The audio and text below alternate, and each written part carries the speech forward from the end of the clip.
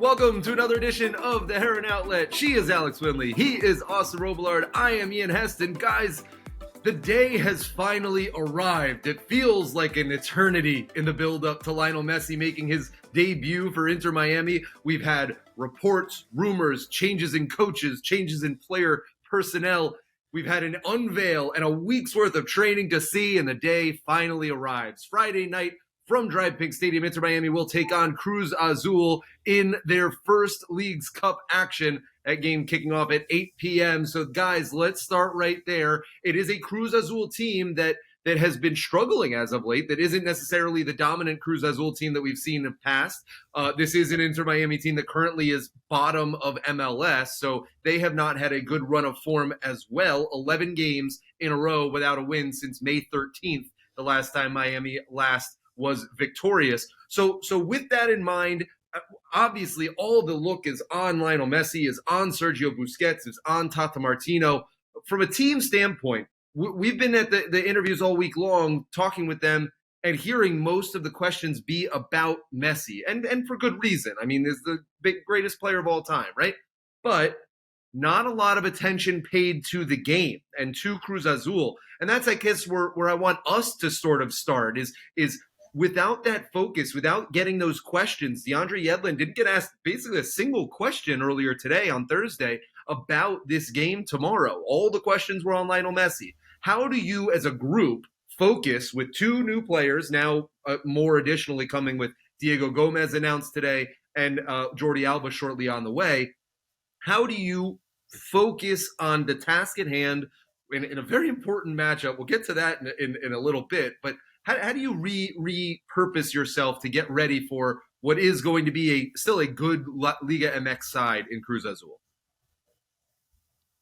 I mean, I would hope that this is actually a benefit to the players and to Tata Martino, that, you know, nobody's really asking about the game. He doesn't have to give up anything, and the focus is elsewhere while he and his squad can just focus on the game themselves. Like I kind of am going to skew it my own way that way, as in, you know, all the reporters and everybody asking questions is all about Messi, which gives them more internal focus on the game plan going into Friday.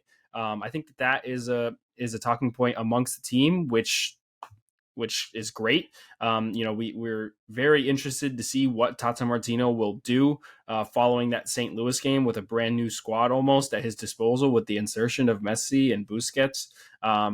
And maybe later on down the line in MLS with Jordi Alba and Diego Gomez, depending on their registration within the Leagues Cup or the league. So I think that the internal focus is there, and I don't think they'll mind not having to focus too much with the media about the task at hand on Friday. And we'll talk about how big of a moment it is because of the way the tournament is structured, as you said, Ian, to have a positive result. So I think that it's good for them to you know, just take the Messi questions in, enjoy it. You know, everybody wants to speak about the greatest player in the world, as you said, and let them internally focus on the game plan for Friday. Yeah, and I think all of these Messi-centric questions, like Austin said, is probably advantageous to Tata Martino. You know, he doesn't like to give up a lot regarding his team setup. So, yeah, I think that's him and Busquets were answering some questions all in Spanish about everything but the game. So, yeah, hopefully Cruz Azul is they're going to be going into this match blind, and well, I think they'll only know that Busquets and Messi won't be starting. They'll probably come off the bench, but yeah, I think it'll be a good game. I'm looking at Cruz Azul's record right now. They've been on a pretty heavy winless streak. They've been losing a lot of games as of late, so they're not in very good form either. Neither is Inter Miami, so I think it'll be a kind of a nasty game to watch. I don't think it'll be good soccer until I don't know, Messi steps onto the field. But yeah, I at this point Miami just need to survive in advance. Really, I think we were just discussing about this tournament in the group chat about how if Miami don't get past the group stage, they don't play another game for a month. So that's not something that you want, especially when you sign Messi, Busquets, and Jordi Alba imminently coming. You know, you want to show off your new signings on the field and not have them sit around for a month, maybe working on tactics, but still it's not good for them. So Yeah, lots of chatter about this about other things, not this match. But yeah, Miami have a game tomorrow, regardless of what other stuff that's going on. And it's interesting that you bring that up, Alex. We had the pleasure, the honor of sitting down with David Beckham and Jorge Mas earlier this week and speaking with them about, frankly, about a lot of things that were surrounding the Messi coverage and surrounding what brought him to Miami and all of the. I mean, I think it was 2.5 billion people tuned in to the unveil in some regard or another. Views on that, which is just an absurd number, and all of the pomp and circumstance behind it. The interesting part that I think to that is, when we're looking at Messi and Busquets, David Beckham had said in there that he's going to leave the decision on Friday, right? We were all expecting this to be Messi's first game and Busquets' first game, but he told us point blank the decision on that goes to how Messi's feeling. He hasn't played in 6 weeks, 7 weeks, and to Tata Martino and how well he thinks that he's going to be instituted into a potentially starting lineup or coming off the bench in that role as well. So I like you had mentioned, I don't know if he starts. I think it very well is possible that he could. But I think more likely than not, we would see him in the second half. I know that might not be the unveil that everybody imagined, but the time off that he has had, I've joked with you guys a couple times that Timo Pukki signed or announced his signing for Minnesota United 20 days, a full 3 weeks after Lionel Messi signed, and yet scored his first goal for Minnesota United 11 days ago. So he's already, in that amount of time, announced and signed in less than a month that it's taken Messi to just get here and have all of this going. So who knows what sort of shape. He's looked fantastic in the short periods that we've been able to watch him this week. It is absolutely shocking. I mean, I know that this sounds a little silly, but it is still, when you watch it close up front firsthand, just how graceful he is. It does not look like that he is trying that hard to run, and yet he is so quick on the ball. His touch is so precise. It really is marvelous to watch. That being said, it is a prolonged period of time that he has not been in action. What is the sweet spot here? Do you think that we can just say, hey, if anybody can do it, it's him, and that would totally make sense? Or are you treating this like other players, where there is still a campaign to be had and a long run that you still need to be ready to play 2 games in a week, like is the case in the Leagues Cup?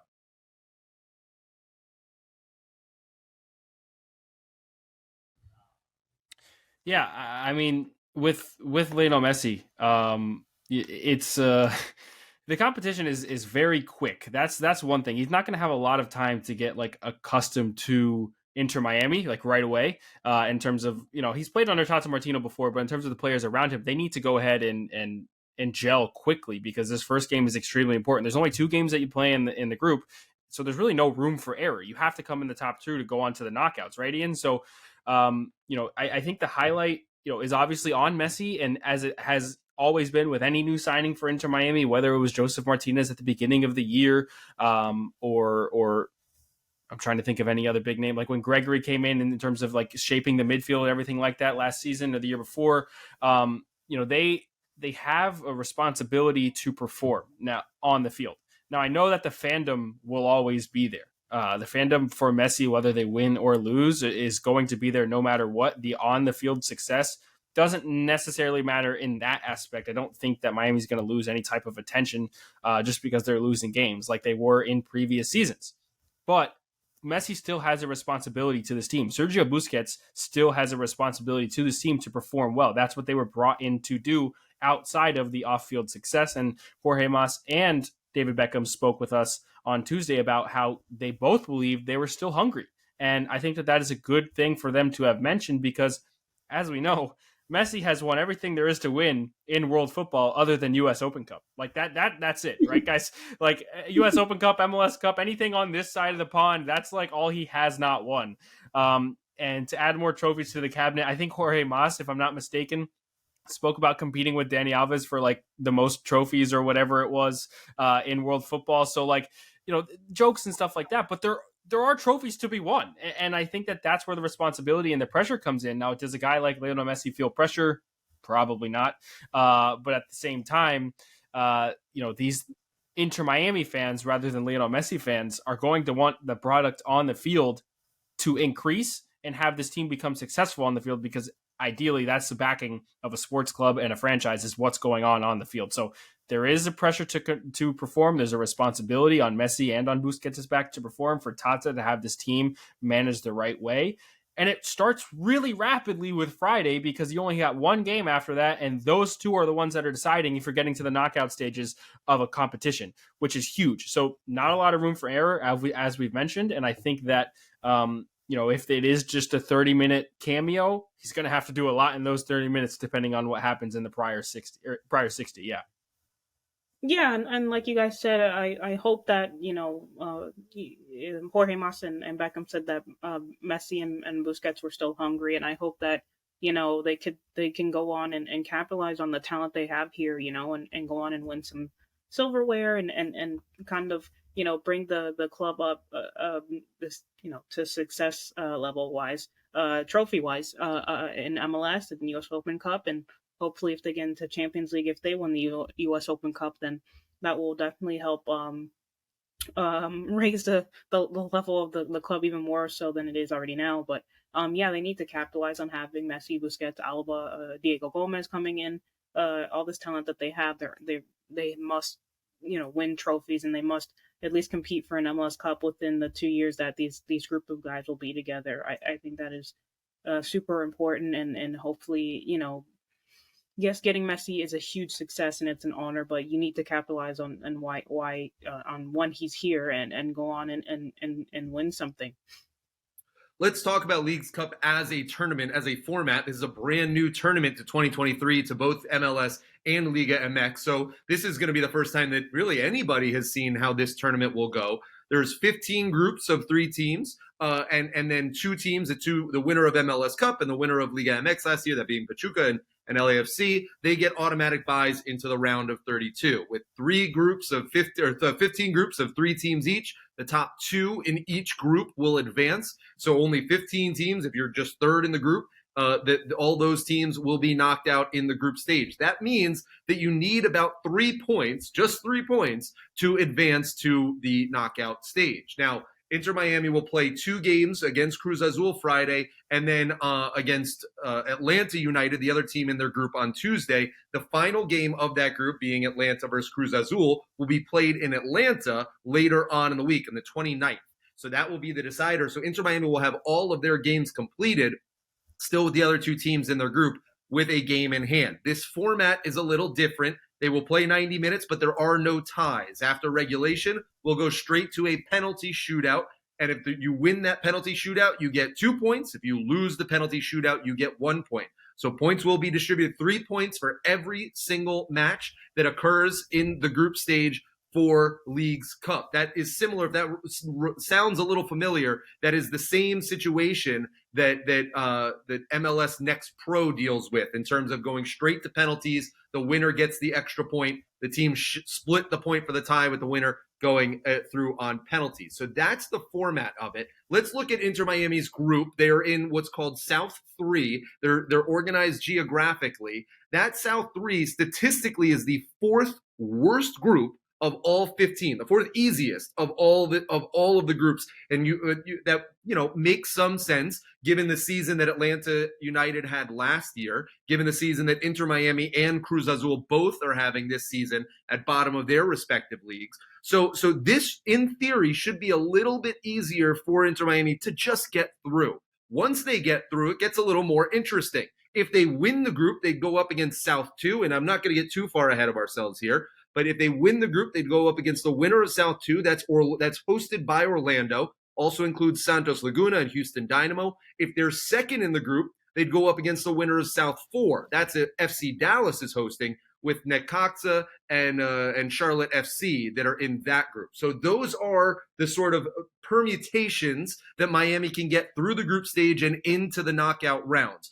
From hearing that, it sounds like a little bit of a manageable path. It sounds not too dissimilar for me to what they've managed to do in the US Open Cup. There's a lot of very similar names on there. Atlanta, Orlando, Charlotte. We've seen these teams before. Atlanta is a team that Miami has already beaten once at home this season, earlier this year. Joseph Martinez with a brace. Franco Negri with a red card late in that game to allow Atlanta to get a goal back, but eventually 2-1 winners in that game. That game started, I was looking back, with Leo Campana as the lone striker up top in the 4-2-3-1 that Phil had adapted at the time. Phil Neville, the coach at the time, had adapted. He switched right around the 55-minute mark, bringing Joseph Martinez on and keeping Leo Campana on as well to create sort of that 4-2-2-2 block that wound up being, heading into the season, what we imagined Inter Miami was going to look for more like. Then they didn't wind up having resorted back to the 4-2-3-1. With all of these changes, with all of the what ifs of all of the heck of a lot of information that I just threw at you, where do you sort of fall on, seeing the trees through the forest here and being able to rationally analyze, okay, this is how to attack this way with this personnel, given everything that the past 2-3 weeks has entailed? Well, if, there's a lot of speculation about what, and I am going to bring this back to Messi just because it's really hard not to do, but there's a lot of speculation about what's going to go on with Messi and his starting status and how many minutes he's going to play and whatnot. It makes sense for Tata Martino to say, he would like to have had Sergio Busquets and Messi for more training sessions before they start matches. I believe that was a quote that he said to Gaston Idou.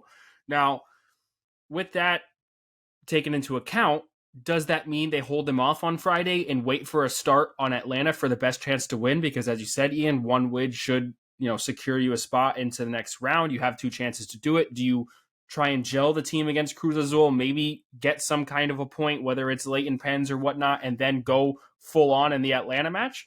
That is a possibility. That could be a way that they're choosing to attack this tournament. You don't really know what's going to happen in the Cruz Azul Atlanta match later on down the line. I believe that's on the 29th or the 30th of the month. And you can't really rely on that. So, they have 2 chances depending on, what Tata Martino, the coaching staff, Messi and Busquets themselves see in, their position to start in terms of their fitness level, their comfortability with the team going into Friday. That will be up to them. However, there is a huge chance for them to both start at home against Atlanta United, and that might be enough to get the job done if they're to go the full 90 or at least play the first 60, whatever it is, to get their team out in front. So that's kind of how I'm seeing it. In terms of Tata Martino and how he has to have this squad ready, I'm sure decisions have already been made about how a style of play they want to deploy. They've done it against St. Louis. We saw a higher pressure, more fluid football. I would say maybe even a little bit more organized going forward than we saw under Phil Neville, which is huge. And when you insert world-class players, I think that will only be heightened. But there are still some questions when Messi is inserted and Busquets is inserted to the lineup is who are they playing next to? Who's playing in front of Messi? Who's surrounding Busquets in the midfield? What kind of block is being formed in front of the back line? Those questions still have to be answered, and hopefully they're answered in the latter half of the game on Friday going into Tuesday, so they have a real sense of idea what they're going to do to try and get out of this group.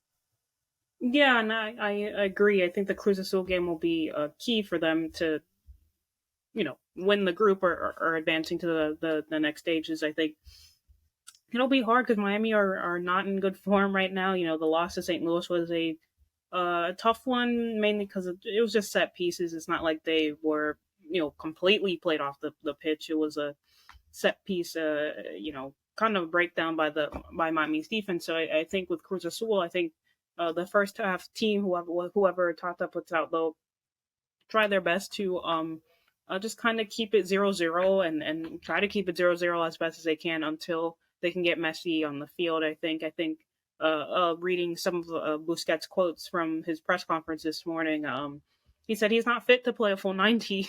His last game was in late May for Barcelona, I believe, and that's a long time. And, Busquets is 35, 36, I think. So it's going to be, he's going to need to have a couple of more practices under his belt.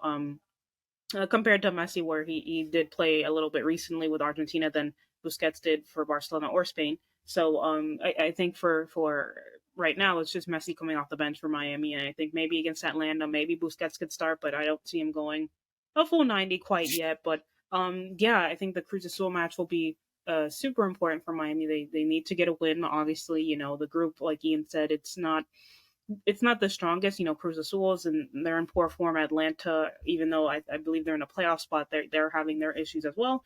And yeah, I think this competition will be great for Inter Miami to showcase Messi and the new signings. And obviously they're gonna try to shoot for some silverware this season. And they're in the US Open Cup semifinals as well as they are in the League's Cup too. So yeah, I think they'll definitely take this competition seriously. I know Jorge Mas said they're going to try to win as much silverware as possible. So yeah, I think it starts tomorrow and trying to get a result in this League's Cup match.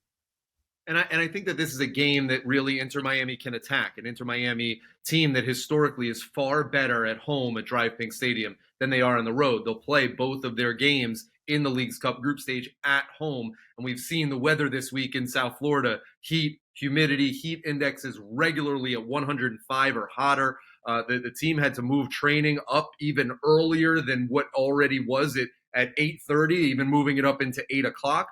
To beat the Heat as much as possible that they've had to do. So if you have another hot game like that, or like we all saw on Sunday night, where the monsoons can come in, an 8 p.m. start is rather an interesting time because you could have the mega humidity coming off of a torrential downpour in the early evening, like fans saw on Sunday evening. So those are always the possibilities. And I also think that Cruz Azul comes into this game as probably more likely than not the team that's going to park the bus. They are, anchored solidly in defense, led by Carlos Salcedo, that fans will know probably from the Mexican national team. They have a good young defensive midfield in Eric Lira, who's coming up through the Mexican ranks, and also a very good young Colombian in Kevin Castano. That has gotten some action for the Colombian national team as well. So they have some players in the midfield, I think, especially where Inter Miami has struggled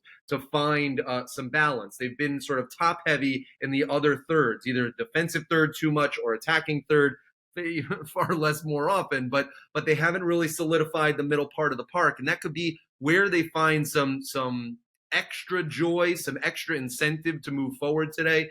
We haven't seen a lot of teams this year play a defensive shell against Miami, simply because Miami hasn't really been able to make those passes, those key passes that we've talked about, those transitional passes into the attacking third. They're towards the bottom in MLS and those in through balls. And so, the ability, this is where Messi has been brought in to change this. It's where Diego Gomez will wind up being very helpful. It's where Sergio Busquets will wind up being very helpful, is to create that transition channel through the midfield. And that's what I'll be excited to see, not just from those players, whether they play or not, Austin, but also from the guys who have been here, guys like Benjamin Kremeshki, guys like David Ruiz, who are young but are learning and at that age can pick up on things fairly quickly if they're finding a little bit more joy in the middle part of the park to create those avenues for Campana, for Joseph moving forward come Friday night. Yeah, the impact there, for the future of Inter Miami, it could be massive. And, right away, you will feel the impact of Lionel Messi and Sergio Busquets alike making those entry passes, whether it's, as you said, Ian, transitionally into the attacking third, maybe into the actual 18, because that's also been a struggle. It's just as they move forward, it gets worse and worse for them in terms of progression because they haven't had a player to actually unlock any type of defense that they've seen in MLS thus far. At the beginning of the year, I mean, our concern on this podcast was, wow, they won their first two games 2-0, but every single goal was due to individual brilliance, set pieces, or the team being lackadaisical, their opposition being lackadaisical. So that's where our concerns were, because the offense wasn't really clicking. And then they went on a scoreless streak right after that, away from home. And now we're here in late July, sitting bottom of the league in MLS with one of the worst goal tallies in the league.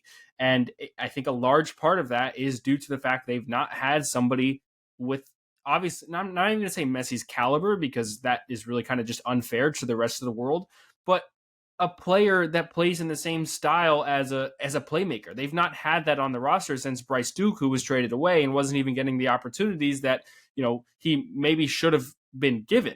There's really nobody else on the roster to go ahead and do that. Benjamin Kremesky has come on. He's been reverted to a defensive role at times, but he has also forced the issue going forward, but still not enough to create a dynamic attack, to give chances inside of the box to a Leonardo Campana or Joseph Martinez. And that's where Messi and Busquets possibly come in. Busquets to make those line-breaking passes in the second, third, and final third of the park.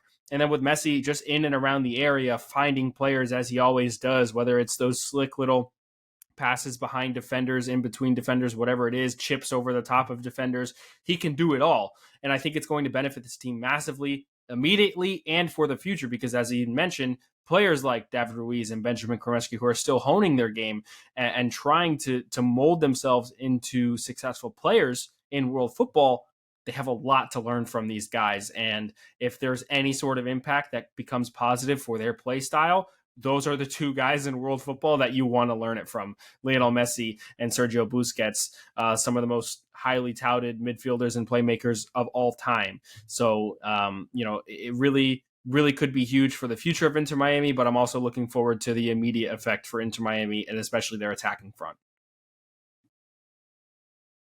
Yeah, and I think another big thing about this is that the Miami have a bunch of young players, and they're going to be learning alongside, like you said, Austin, some of the greatest players to ever play the game. So I'm really intrigued to see how the Kremeskis, David Ruiz's, Noah Allen, to an extent when Jordi Alba comes in, Ian Frey, how they all improve under all the new players coming in, and it's good that they've kind of came into their own while they had Miami has had all these injuries with Gregory and John Mata. The younger homegrown players were able to step in, get some good MLS minutes, and continue to grow. And as Miami continue to fill out this roster, the homegrown, they don't really take a big cap hit at all, if anything. And so you'll have players that have shown that they can be MLS players and contribute meaningful minutes and goals and score and do well. And now you have them at a low cap hit while you bring in all these guys like Messi, Busquets, Jordi Alba, and whatnot. So I think it's just a really cool situation that they have going on here in Miami, and they just need to capitalize on that. Yeah, let's talk about that, Alex. That's a perfect transition. Thank you, because the young guys are really going to be the bread and butter filling out this roster over the next couple of years. The announcement, yesterday, and the introduction this morning on Thursday of Diego Gomez as a U22 initiative player. Some people who are watching this for the first time might not be familiar with these mechanisms that Major League Soccer has. In MLS, you are allowed 3 designated players. Those are players that make above a certain threshold, this year being around $620,000 per year. And you can pay them anything above that. You could pay them $1 billion. You could pay them $620,001. It's just anything above that mark makes you a designated player. Now, there's other mechanisms to buy that down should someone play more. That's called allocation money, or you'll hear us call TAM a lot, targeted allocation money, or GAM, general allocation money. That's a player like Jordi Alba, who will come in making around $1.4 million, but that can be bought down using that allocation money. To bring it back to the designated players, if one of your designated players is a young designated player under the age of 25 years old, you get either 2 or 3, depending on the contract, without getting too complicated, U22 initiative slots. Those are players that can make more than regular contracts that you're signing. For instance, a Robbie Robinson making around $300,000, or a Nick Marsman making around $500,000. Or a Victor Ulloa making $250,000. They can make a little bit more, but they count just as much the same. They count for less, around $150,000 to $200,000. Those 3 slots must be used by players under the age of 22, therefore it being the U22 initiative. Diego Gomez fits into one of those slots. Emerson, who is on loan to Santos Laguna this season, also does fit into that slot, one of those slots. Heading into this season, but a little unclear if his status is still considered that as he's on loan. Yeah, Austin, you have update on that for me? Go ahead. Yeah, because he is on loan outside of MLS, that roster spot is actually given back to Miami, so they can fill all 3 for the latter half of 2023. Right. So when he returns from loan, they would need to figure out what they would do with that slot. So they do still have 2 more. Yeah. Well, Hmm. Santos, then this might just be for Miami's benefit because they Right. are They looking have at an a lot of option to buy. U22 type guys. They have Hmm. Santos has an Right. option to buy, which I'm sure Miami will try and push them to go ahead and do that if they want to bring in other guys. And Santos Laguna, possibly a team that Inter Miami could see in the League's Cup as well. So that'll be interesting as well. But as we're going through all of that, that leads. So we've gone through all of the international ones, and that it leads to the last question of international roster slots. There's only a limited amount of international roster slots that can happen in MLS. Those change hands rather frequently and without a lot of fanfare. So sometimes it's very difficult to actually know how many one team versus another team has. They're not necessarily announced in transactions that are made throughout the league. So Inter Miami does have a limit to the amount of international players that they can sign. Why did I say all of that? Well, that brings us to the homegrown players, the likes of Kremeshki, the likes of David Ruiz, Ian Frey as well, Noah Allen, like Alex mentioned, Edison Escona, who came off the bench, Schneider Borgelin, who's a backup striker as well. All of them come in and as homegrown academy players, which Inter Miami has one of the best academies in the entire league. I mean, really up there in the top 2 or 3 in terms of academies throughout MLS. And they've used that very effectively with the names that I've just mentioned.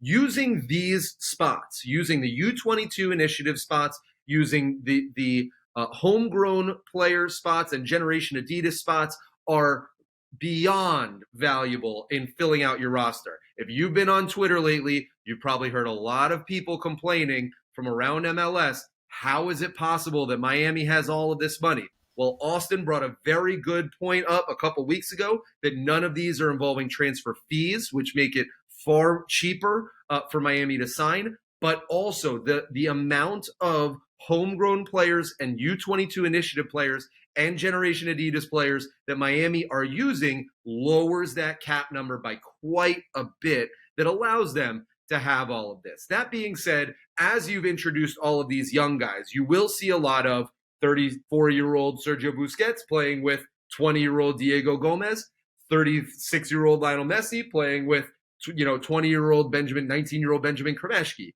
Where is the few pockets when you're building out this roster? Because I think, where I started this, and forgive me for being a little long-winded here, when I saw the Leagues Cup roster released, Diego Gomez is not on it. The club elected to take 4 goalkeepers, which I found rather surprising. They will take Drake Callender, backup Nick Marsman, Inter Miami 2 starting keeper CJ Dos Santos, and their first-round pick from last year, Cole Jensen. All 4 of them will be on the roster. But other Inter Miami 2 players like Lawson Sunderland, who we saw the other day, or even like a Felipe Valencia that we haven't heard a lot from this season, even at Inter Miami 2, were passed up, as well as Diego Gomez. Jordi Alba is on that roster, so he will be eligible to play in the Leagues Cup. But where are some of the guys, these young guys that might be bouncing back and forth, that some of the people out there are saying, well, who's this, who's that coming in, that will really need to make an impact, Austin? Well, I want Alex actually to touch on this first, but before I let Alex do that, I'm just going to give you the names of the players on this roster right now, according to MLS, as I'm looking at it, that do not count against the cap for Inter Miami. It starts with Drake Callender because of a homegrown status. Edison Escona, Noah Allen, Jake LaCava, David Ruiz, Schneider Borgelin, Cole Jensen, Robbie Robinson, CJ Dos Santos, Harvey Neville, Benjamin Kremeshki, Ian Frey. All of those names do not count under Miami's roster cap. Those are all names that are on supplemental slots between 21 to 24, 25 to 28, and 29 to 30 that all have their own meaning. But for the most part, to group them and generalize them under one category, their budget is not under the budget cap. And that in and of itself speaks to how Miami is building its roster and everything that Ian just beautifully touched on. Yeah, I do want to point out that Inter Miami, if you actually look at the Leagues Cup rosters for all the teams, Inter Miami actually, their roster isn't there anymore. So I don't know if it got deleted or maybe they wanted to add some players that were there or take some off. If you go to the MLS website, I'm looking at it here now. Yeah, Miami's roster, I think. Oh, and okay, now it's back on. It got updated. Let me see if they add anyone there. But yeah, good point. Like you guys said, I think like you said, Ian, I don't know why they're taking that many goalkeepers, but I guess they wanted to cover all their bases. But yeah, League's Cup will definitely be interesting. Like you said, Jordi Alba's on there. Excuse me, and yeah, I'm just looking at this. I don't know why they deleted it, but yeah, I think it's the same from yesterday. Jordi Alba's on there, of course, Messi, Busquets. But yeah, like you said, I think the roster drop was really intriguing. I don't know why they would take that many goalkeepers, but I don't know. Maybe Cole Jensen could get some playing time, but yeah, I think Leagues Cup will be an interesting little mini season, or well, mid season tournament, and to see who. I'm just, I don't know, kind of thinking about the Cruz Azul game and how this will all play out, and just to kind of get the players acclimated, the new players acclimated into the roster and the starting 11. So yeah, I think it'll be interesting, and I'm just like looking at this roster, and yeah, it just feels a little surreal having Messi and all these guys on there. But equally as as cool as it is to have Messi on there, the homegrowns there have equally been impressive. Like Austin said, there's no cap hit for a lot of them, and it's just advantageous for Miami when they continue to go in and build a kind of a better rounded, well-rounded roster. So Leagues Cup will give us a chance to kind of see this new look Inter Miami for the first time, and hopefully it's a good showing from Tata Martino and his coaching staff. One more thing that I want to touch on that roster that was listed there, one of the 26 players on Inter Miami's Leagues Cup roster is Gregory. He has been injured since very early in the season, was not expected to return before September, really, but has been progressing nicely. Also, Jean Mota, who we didn't think we would see again with a Lisfranc injury for months and months and months, and maybe even, if at all, for the rest of the season. I got those in reverse. Sorry about that. But yeah, but we saw him earlier in the week. John Mota was running around, right? And so he's not on the roster here, but Gregory is off that list, Frank. So, is it possible that we could see him in the later stages of this tournament should Miami make a run? I'd say they have to believe to a certain extent that it is possible. Otherwise, you've just wasted a roster spot for absolutely no reason. What do we think of the potential of Gregory returning in the Leagues Cup? I think it could be huge. I think it could be. I don't think it'll be in those first two matches up until the 25th, which is just 5 days away as of recording. That would be kind of insane. But there is, and as I've spoken with both you, Alex, and Ian about, like, there's a huge window between when Miami play their second and final group stage game to when they'll start playing knockout matches. Those permutations that Ian was talking about wouldn't happen until the first couple of days of August following the game on the 25th. So you've got probably a little over a week until you start playing knockout games after that. And that puts more time for Gregory to recover. And if he is able to play, at some point, if he's able to come back in this Leagues Cup, it would be a monumental turnaround for this midfield. If he's able to play alongside Sergio Busquets and getting this roster back to its full potential. That would be the first key step. They've been missing Gregory all season long, and it would mean a ton for Miami to go ahead and have a player of Gregory's caliber back, who has meant so much to the team over the last couple of years. He is the captain of this team as well, and to put him on the field in a midfield that's actually been struggling quite a bit, as Ian alluded to earlier on in the show, would mean a lot. Yeah, my mic was muted. But yeah, I agree with you, Austin. I think it'll just be really cool to see Gregory and hopefully maybe Jean Mata. We saw him running a little bit during the training session on Tuesday, or actually running a lot, actually. I was surprised at how much he was. Yeah. So we do have a little bit of breaking news as this will be released later. Jordi Alba just signed. The club did announce, as we were talking here, that Jordi Alba is official. We knew that. Jorge Mas had teased us a little that he might have been announced on Tuesday, but now, as of Thursday afternoon, it is official. Jordi Alba is on Inter Miami's roster, is on the Leagues Cup roster, and so we should expect him soon. Alex, do you want to finish your thought? Or Yeah, I can. I was shocked. I was like, oh, well, we should probably announce this. But yeah, like I was saying, I lost my train of thought. What was it? Leagues Cup. What was it? I forgot what I was saying. Well, I think that we've ADHD. touched pretty much on every aspect but one of this League's Cup match coming up on Friday Yeah. night against Cruz Azul from Drive Pink Stadium, and that is attendance and the craziness that is to be expected. Tickets were going for an absolute astronomical number. La Familia has a ton of plans, I've been told, for this game. They got rained on, unfortunately, on Sunday. But still showed out, and it was exciting to see that South stand as popping as it was, or the North stand. There's the North stand over there. I got my directions mixed up. But yeah, so very very exciting to see what La Familia has. Austin, in terms of parking and in terms of tickets and attendance, this has to be a once in a lifetime sort of undertaking that is going on for this game. What have you heard in terms of that? Yeah, I'm actually, when tickets were first being released, it was a huge talking point of mine on my personal Twitter, just because I wanted, fans to be informed about what was going on, in terms of the club communication and, the ticketing app communication and everything like that, because I know people are going to want to go to this game. It is a monumental event that in history will be remembered for a long time.